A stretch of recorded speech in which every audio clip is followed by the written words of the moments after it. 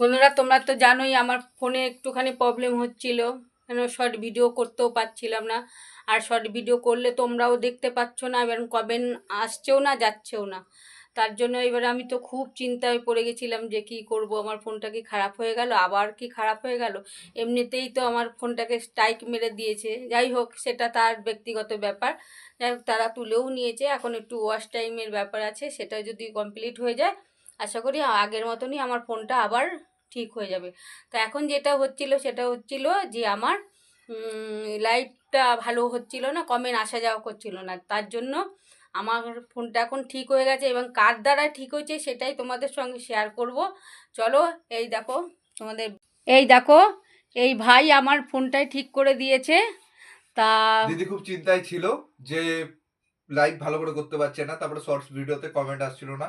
তো যা যা সেটিংসে প্রবলেম ছিল সেগুলো ঠিক করে দিলাম। তো দিদির এখন লাইভ বা শর্টস সবকিছুই নর্মাল হয়ে গেছে এবং খুব সুন্দর করে চলবে।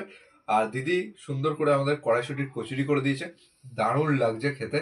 তো গাজরের হালুয়া, আমি দেখো থালা ফাঁকা করে ফেলেছি, সব ডিপঢাপ খেয়ে বাট করে দিয়েছি, ঠিক আছে?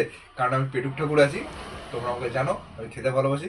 তো দিদি সুন্দর সুন্দর রান্না করেছে, না খেয়ে থাকা যায়? তো খুব ভালো লাগলো। আর দিদিও চিন্তামুক্ত হলো, তাই ডিপঢাপ করে ম্যাট করে দিই। হ্যাঁ, খেয়ে আর তোমরা তো জানো এই ভাইয়ের একটা চ্যানেল আছে, তোমরা ভাইকে সাপোর্ট করবে, তার সঙ্গে আমাকেও সাপোর্ট করবে। তা ঠিক আছে, টাটা। পরে আসছি তোমাদের কাছে লাইভে, তোমাদের সঙ্গে দেখা হবে, গল্প হবে। টাটা।